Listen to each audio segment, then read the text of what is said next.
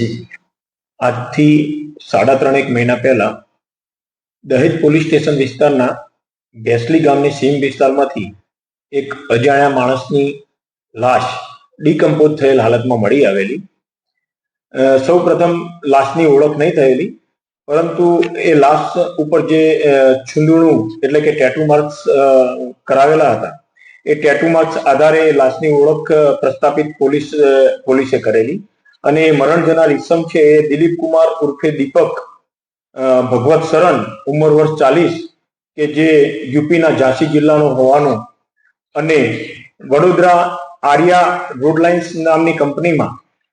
Transport કંપનીમાં supervisor manager તરીકે કામ કરતો હોવાનું જણાયેલું. લાશ ઉપર કોઈ દેખીતા ઈજાના નિશાન સૌપ્રથમ જણાતા નહીં હોવાના કારણે એના મોત બાબતે સૌપ્રથમ દહેજ પોલીસ સ્ટેશનમાં અકસ્માત મોતનો બનાવ નોંધીને એની મોતનું ચોક્કસ કારણ જાણવા માટે પેનલ ડોક્ટરથી પીએમ કરાવવા માટે તજવીજ હાથ ધરવામાં આવેલી. લાશનું પીએમ થતા એ લાશ ડીકમ્પોઝ થયેલી હોય અને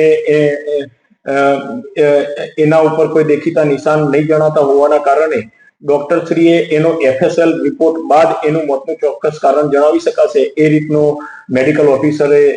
પીએમ નોટ આપેલી. ત્યારબાદ આ મરણ જનાર જે કંપનીમાં કામ કરતો હતો તે ત્યાં તપાસ કરતા જાણવા મળેલું કે એ જે દહેજ રોડ વિસ્તારમાં જે એમની ટ્રાન્સપોર્ટ કંપનીની જે ટ્રકો ફરે છે એનું સુપરવાઇઝર તરીકે કામ કરવા માટે એ જોલવા ખાતે રહેતો હતો અને એ ટ્રકોનું સુપરવિઝન કામ કરતો હતો એવું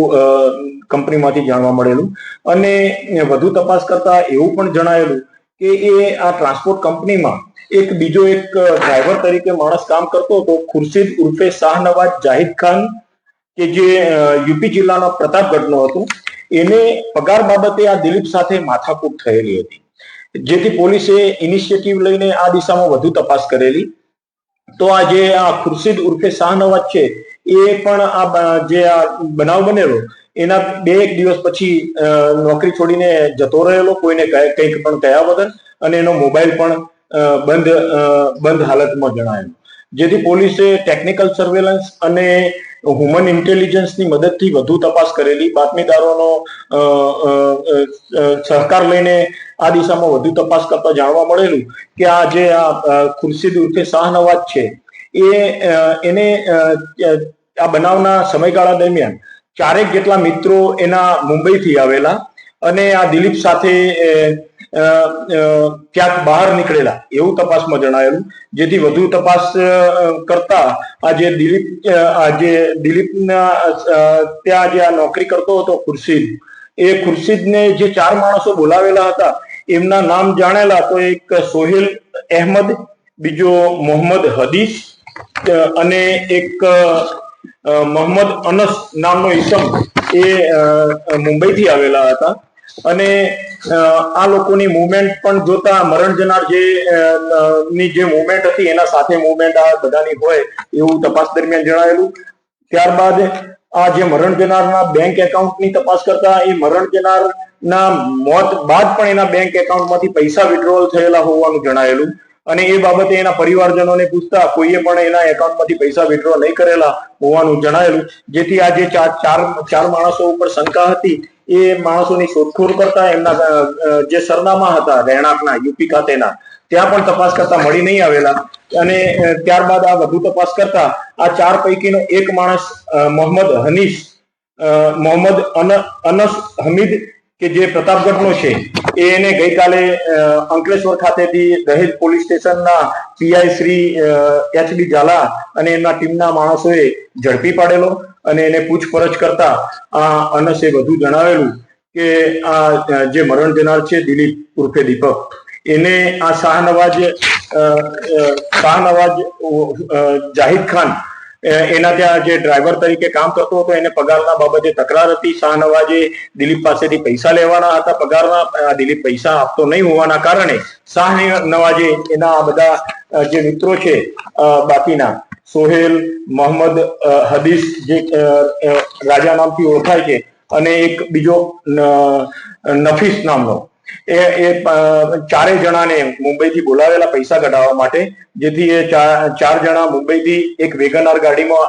આવેલા રસ્તામાંથી એ લોકોએ પ્લાન જ કરેલો હતો, કાવતરું ઘડેલું હતું કે આ પૈસા કઢાવવા માટે જરૂર પડે તો એનું મોત પણ નિપજાવવું પડે તો એનું મોત પણ નિપજાવીને એના પાસેથી પૈસા કઢાવવાના છે, જેથી એમને રસ્તામાંથી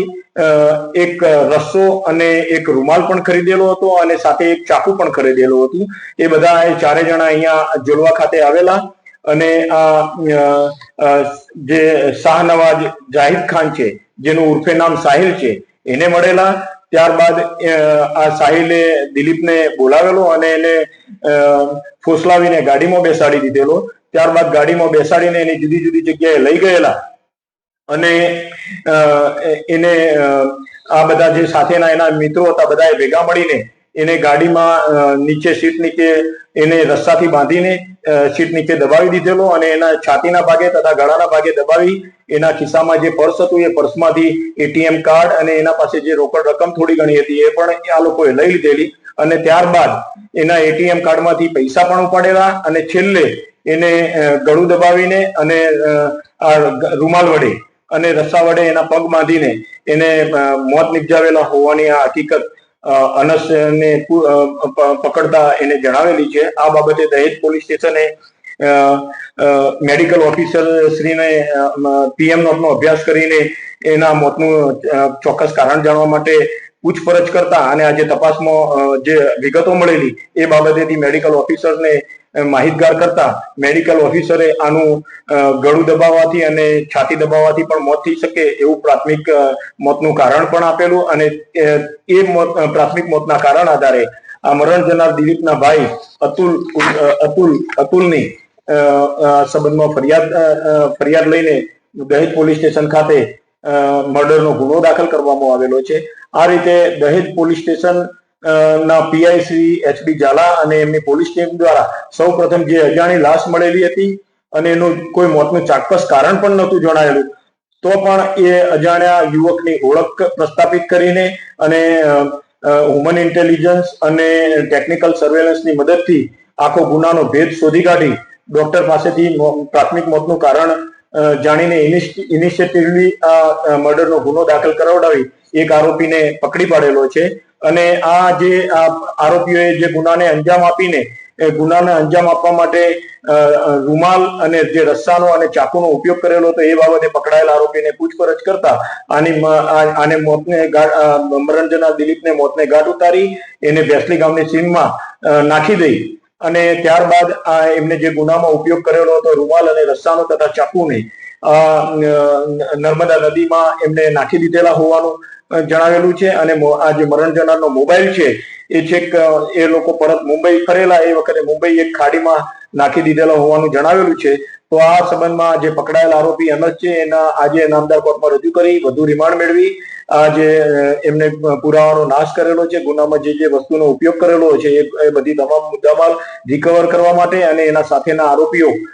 ને ધરપકડ કરવા માટે શોધી કાઢી આગળની તપાસ કાર્યવાહી હાથ ધરવામાં આવી છે.